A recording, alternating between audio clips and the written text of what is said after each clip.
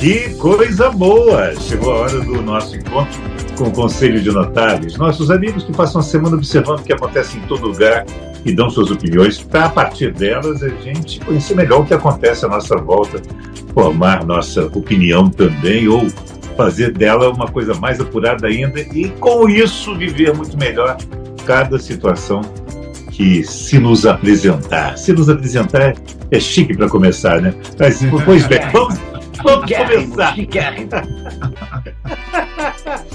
Senhores, conosco hoje o publicitário Elísio Pires, o economista Manuel Tedim e o também publicitário Lula Vieira. E Lula, é com você que eu começo, meu caro. Se ligou em que na semana que passou, Lula? Claro que eu me liguei na cassação do nosso deputado. A gente conseguiu ver ao vivo como a opinião pública pode realmente exercer uma pressão. É claro que esse resultado foi arrancado a fórceps daquele Congresso que é altamente corporativista. Mas, no entanto, com medo da reação pública, tirando aqueles todos que fugiram e não apareceram, e agora estão aí dando as maiores desculpas, as mais deslavadas desculpas por não terem comparecido, a pressão da opinião pública obrigou a Câmara a manter a prisão do nosso deputado suspeito. Não, e a cassação está vindo já, então, hein? Já está vindo, porque ele está sem partido. Tá? É. Eu também achei bastante importante a briga do Musk e do nosso querido juiz, não é? O nosso membro do Supremo, briga de comadre, um falando mal do outro, o outro é feio, mas também não depila as pernas, um negócio que não faz justiça a um ministro do Supremo. Uma briguinha de comadre com o Musk. E também, outra coisa que me impressionou muito é que começa a se desvendar, e começa por São Paulo, a imensa participação da máfia nos negócios já legais. Empresa de ônibus, né? Empresa de ônibus. Empresa de ônibus. A máfia tinha algumas centenas, muitas centenas de ônibus em São Paulo. Falando bonito, eu vi, aterrorizado, do belíssimo documentário sobre a máfia brasileira, que passou agora mesmo nos canais pagos. E alguns deles são, ou algumas delas, são pessoas que a gente jamais julgaria que são mafiosos. A gente tem da máfia a imagem de gente truculenta, com pouca informação, pouca cultura. Não está mais assim, não. Isso é bom a gente abrir o olho. Eles estão por aí. Era isso que mais me impressionou. E também eu achei muito bacana a gente ter aqui no sertão brasileiro o único caso de duas pegadas juntas dos dinossauros. Nós temos uma evidência da vida dos dinossauros na pré-história inédita. Viramos agora um país dono de preciosidades registrando vidas passadas. Achei isso muito interessante. Vamos ver o que nós vamos fazer com as pegadas. Vamos estudar. Né? Sem dúvida. Elísio Pires, e você se ligou em que na semana que passou, Elísio? Estou ligadíssimo na pesquisa da Quest, da Genial Quest, né? A pesquisa foi feita basicamente em 4 estados, que é São Paulo, Minas, Paraná e Goiás. Né? E é muito interessante, eu vou mostrar aqui, inclusive, uma comparação entre a votação que o Lula teve nesses estados e qual foi o resultado da pesquisa. Ele cresceu claramente. Né? Só para lembrar, começando por Minas, teve 38% dos votos, na pesquisa teve 52% de aprovação. No Paraná, teve 30% dos votos e na pesquisa teve 44% de aprovação. Em São Paulo, ele teve 33% dos votos e a pesquisa deu uma aprovação de 50%. Em Goiás, ele teve 32% dos votos e a pesquisa deu 49% de aprovação. E por falar em Goiás, é lembrar que tem um candidato a presidente que está saindo lá de Goiás, e nessa pesquisa ele teve 86%, né, de aprovação e só 12% de desaprovação, nosso Caiado. Outra coisa da pesquisa que mostra interessante também foi a de São Paulo com o Tarcísio Freitas, que levou uma aprovação de 62%, né, e a desaprovação de apenas 29%. Então, acho que tem muita coisa que ficou mostrada nessa pesquisa, e uma delas, para mim, é essa qualificação do Caiado, que é claramente pré-candidato a presidente da República, né? E queria também fazer um último coisa que eu achei muito interessante, que foi o lançamento da moeda de R$ 5. É uma moeda de prata. Eu nem me lembro de ter, no passado, ter tido alguma moeda de prata aqui no Brasil, não me recordo. Então, é uma moeda de prata de R$ 5 para celebrar os 200 anos da primeira Constituição brasileira. Esses são meus fatos. Uma moeda dessas de R$ 5 vai valer, no mínimo, para começar, 10 vezes o que ela tem na face, né? Com No mínimo, certeza. se não mais, né? Então, de Verdade. prata? Sei lá, 500 prata, pratas, cada moeda de 5, talvez. Não, é Né? muito bonito o visual dela, tanto a frente quanto o verso, muito interessante. Eu acho que vai fazer um grande sucesso. Então, vou querer uma para mim. Eu quero várias. É isso. Melhor ainda. Melhor. Manuel Tedinho, se ligou em que na semana que passou, Tedinho? Essa história do Brasão, que eu acho que só passou, já só manteve a prisão, porque para a maior parte dos parlamentares pegaria muito mal liberar esse cara, né? Então eu acho que não foi uma questão de entre aspas, bons sentimentos da maioria. Claro que tem os corretos, mas da maioria foi como sempre, é uma conta de acumulação e desacumulação de pontos políticos que você ganha, dependendo de como você age lá dentro. E a maioria achou que ia perder, ia acumular menos do que ia perder, desacumular mais do que acumularia, e pronto. Foram nessa, claro, ressalvados as boas praças. Esse alinhamento assim, em torno dos privilégios e do direito de fazer bandidagem utilizando seu cargo para isso. Eu tenho um alinhamento que, obviamente, não é total, tem muita gente boa lá. Manuel, é interessante notar que foi muito pouco mais da metade da casa que votou pela permanência dele. 277 a 129 foi o resultado da votação. Pois é, e um monte de abstenção e tal. Uma coisa ausências, muita ausência também. Muita ausência. O Quaquá não foi com medo de retaliação aqui. Eu não estou entendendo isso. Quer dizer, é uma coisa muito esquisita. Manuel, mais do que. O Quaquá não conseguiu sair do lago dele, mas o Quaquá está dando. O Quaquá está dando as desculpas mais esfarrapadas por não ter vindo. É impressionante. Você sabe que sempre tem um lobo querendo comer o pato, né? Claro. Mas o Quaquá de pato não tem nada, né? O pato é quem vota. Bate. Nada. O pato dele é a segunda maior cidade do estado do Rio de Janeiro. Pois é. Eu ia falar não, que ele Quaquá é de Maricá, cara. Não, São Gonçalo, está ali colado. Ele é não, Maricá é Maricá.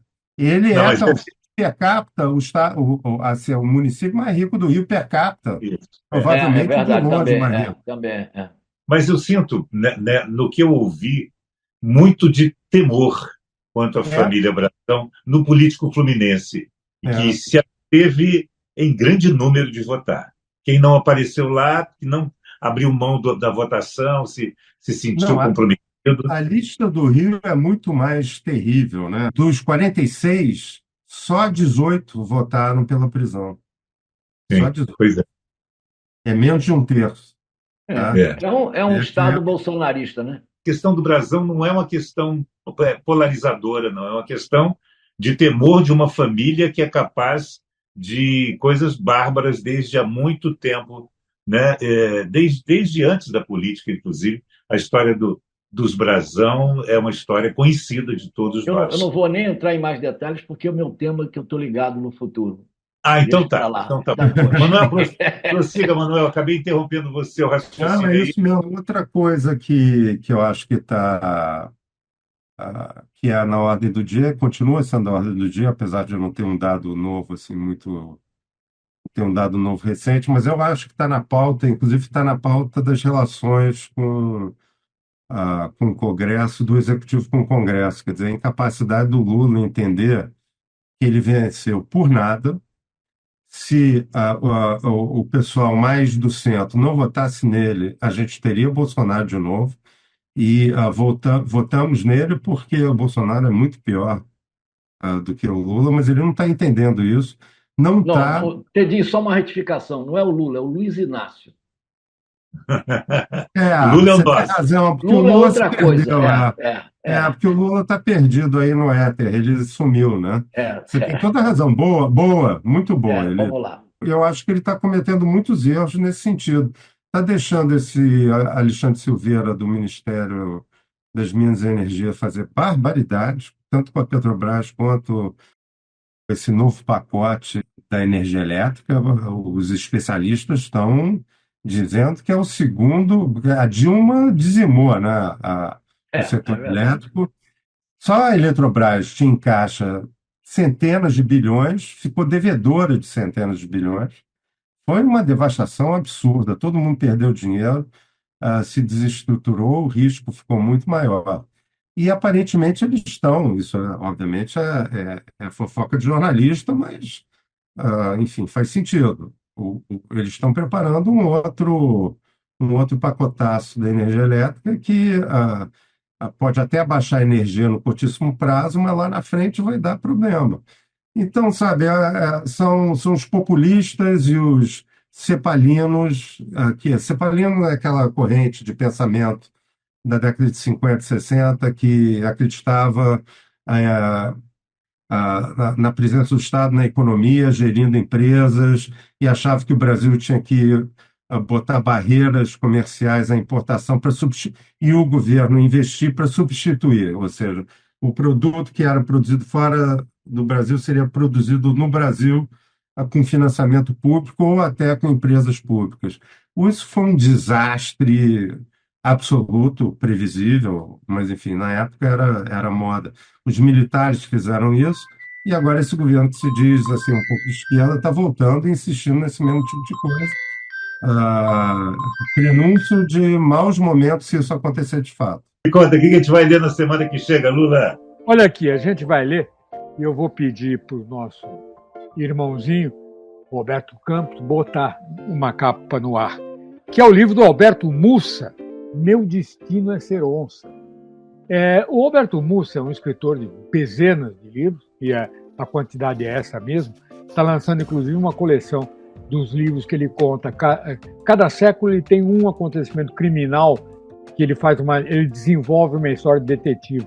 Está lançando um álbum, uma caixa com todos os livros, que eu falo até semana que vem, não vou falar hoje. Hoje eu falo do livro Meu Destino é Ser Onça, que é um lançamento desta semana, onde ele mostra uma história deslumbrante do passado brasileiro, onde ele ressalta a importância da cultura indígena na formação da cultura brasileira. Ele, ao contrário de muita gente, ele dá um valor imenso à participação dos índios na formação do nosso pensamento e no futuro da formação da nossa civilização. Mas o Meu Destino é Ser Onça ainda tem uma parte mais interessante, que é a documentação sobre o que faz o índio acreditar na antropofagia como um sistema de homenagem. Por que o índio come, no sentido literal da palavra, o semelhante, e como que esse ritual de antropofagia se realiza, e quais são as razões místicas que isso acontece. O livro é interessantíssimo. Eu vou repetir, é Meu Destino a Ser Onça. E ele é um mergulho na cultura indígena brasileira, que está sendo muito desprezada, até porque a gente vê aí que o governo anterior entrava naquela balela que vamos trazer os caras, vamos civilizar os índios e fazer eles esquecerem a sua origem. Não, e também a sua ô cultura. Lula, um dia vai ter até um índio na Academia Brasileira de Letras. Pois Vai ter, eu tenho certeza que vai ter. Um dia. exatamente. Um dia, é. Não, mas eu noto o seguinte: a presença dele, eu estava lá, claro que eu estava lá, a presença dele na Academia Brasileira de Letras é a consagração da cultura indígena. E o discurso dele é todo voltado para isso. O discurso dele, uma enorme exaltação da importância e da beleza da cultura dos povos originários.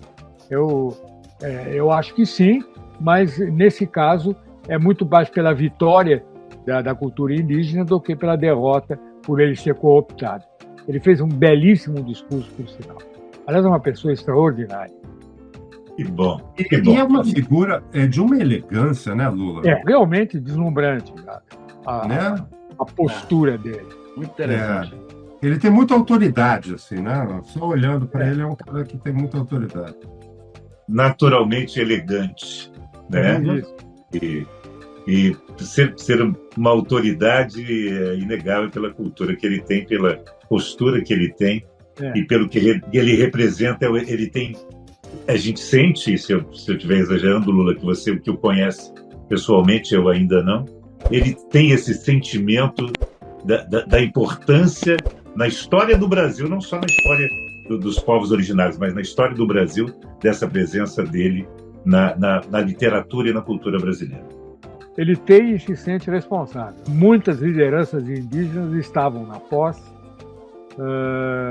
Ele comandou, quer dizer, ele tem uma liderança louca, né? Ele chegou e disse: não vai ter bebida alcoólica, não. As comidinhas serão todas nativas, quer dizer, brasileiras. Eu quero assim, eu quero assado. Ele já chegou em ponto. E não de uma forma grosseira, de uma forma desagradável.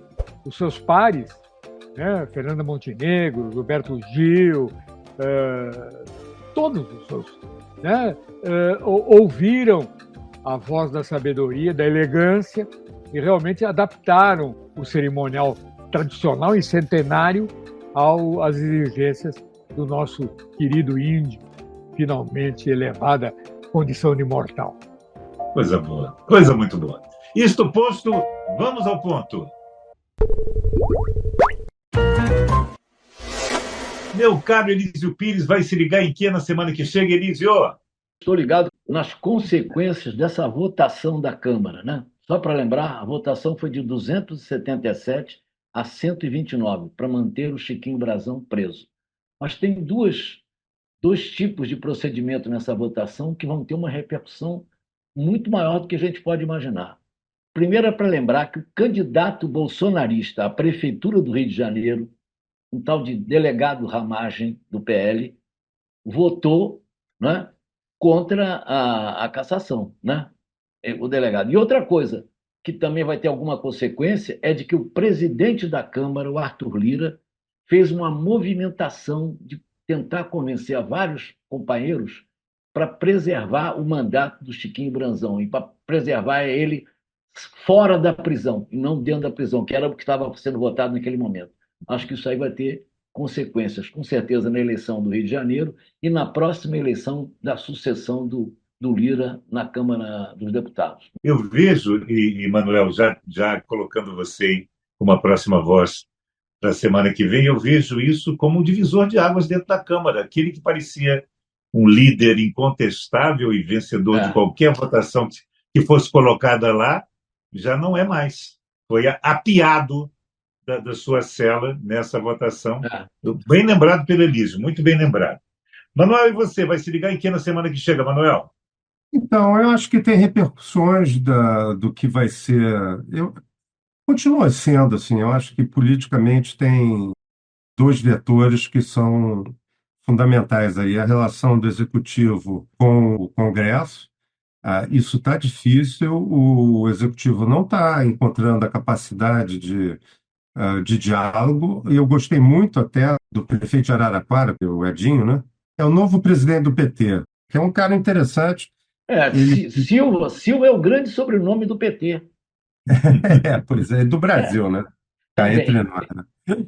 não for capaz de encontrar a ressonância dos outros do outro lado, não adianta, a gente não vai para frente. Isso eu achei um divisor, assim, é muito diferente da amiga do Lula, né, a Glaze, que é casada com um amigo do Lula, de fato que é um cara engraçado mesmo, que eu conversei com ele mais algumas vezes, uma vez na casa do Lula, que é o Lindbergh, que tem problemas, assim, eu discordo dele muita coisa. Ex-prefeito de Nova Iguaçu. Mas é um cara bom de conversar, sabia? Eu não sei, politicamente eu não gosto, não, mas ele é uma simpatia, né, Lula? Você não acha? Assim, um cara É uma delícia de companhia. Mas É, o ponto é que a Glaze é muito diferente disso. Eu gostei de ouvir o Edinho Silva dando entrevista hoje no Globo, fiquei animado. Se isso acontecer, a chance da coisa melhorar ah, ah, não é pequena, porque ele, como líder do partido, vai poder influenciar muito o comportamento dos congressistas. Então, vamos ver. E da relação deles com a oposição. Isso atrapalha demais o funcionamento econômico e as outras áreas, saúde, educação e tal, tudo isso é muito afetado por essa falta de capacidade do governo de articular a sua presença no coisa. O que eu acho que o Lira está tomando cafezinho frio já, né? Assim, a distância é meio grande, né? Porque ainda tem 8 meses de mandato, na verdade 9, né? Porque janeiro ainda é dele. Está tomando cafezinho frio cedo. Essa disputa de quem vai conseguir o lugar dele ainda não está nada claro. Mas o outro lado é essa disputa, esse clima de vingança da Câmara dos Deputados com o Judiciário. Segundo as fontes, de novo, dos jornalistas, que nunca. ah, tinha deputado falando: olha, eu não estou interessado se é certo ou não liberar o Chiquinho Brazão. Eu quero é votar contra o Supremo. Cara, isso é de uma irresponsabilidade assim, absurda. Essas coisas, essas pequenas coisas que se avizinham e que estão. Se avizinham, não, estão aí presentes, né, arrumando no ambiente político brasileiro, são perigosos. São perigosos e são desestabilizadores da situação que a gente está hoje. Eu vejo, a partir desse seu chamamento de atenção do Edinho Silva, uma coisa que, historicamente, o PT merece. Eu não sou petista, vocês sabem disso. O PT, pela grandeza da história, pela grandeza do partido e pela importância do partido, merece melhor liderança. Isso, eu não tenho dúvida. Para oxigenar o partido, ele precisa disso. Porque senão ele vai minguando, vai apodrecendo de dentro para fora, o que ninguém quer. Uma democracia tem que ter forças estabelecidas e representativas e sólidas. O PT está desmilinguindo, na minha opinião, a cada nova eleição, e isso não é bom para ninguém, a começar pelo próprio PT.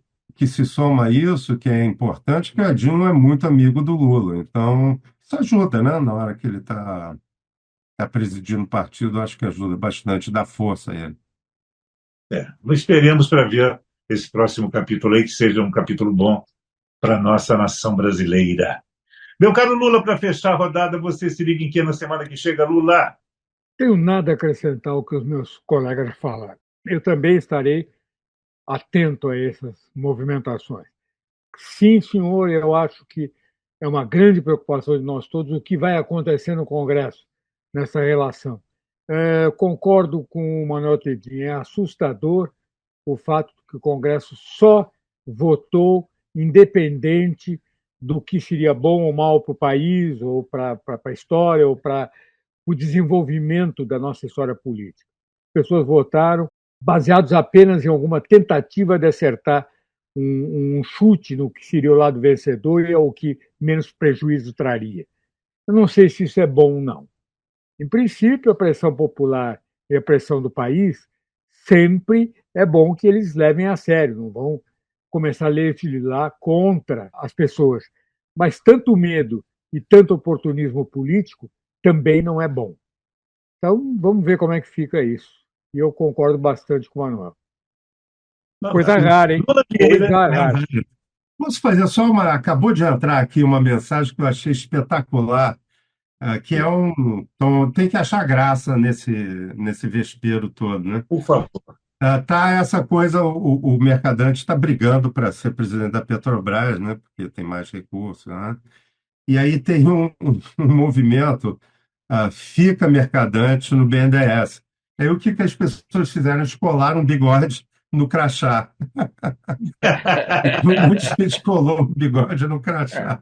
Muito bom. Oh, meu Deus, que delícia, que delícia. Então é com esse bom humor todo que a gente marca um novo encontro da semana que vem. Não deixe de se inscrever no nosso canal, dar o seu like, dizer que gostou, dislike, dizer que não gostou. Aqui você manda e desmanda, e a sua opinião é importantíssima. É nossa pauta, por sinal. Lula Vieira, o publicitário, o também publicitário Anísio Pires e o economista Manuel Tedim voltam semana que vem. E quem mais chegar nesse nosso Conselho de Notários. Obrigado, senhores. Bom demais estar com vocês sempre. Até semana que vem. Tchau. Viva socorro! Viva Salve, socorro! socorro! Salve, socorro! Se liga!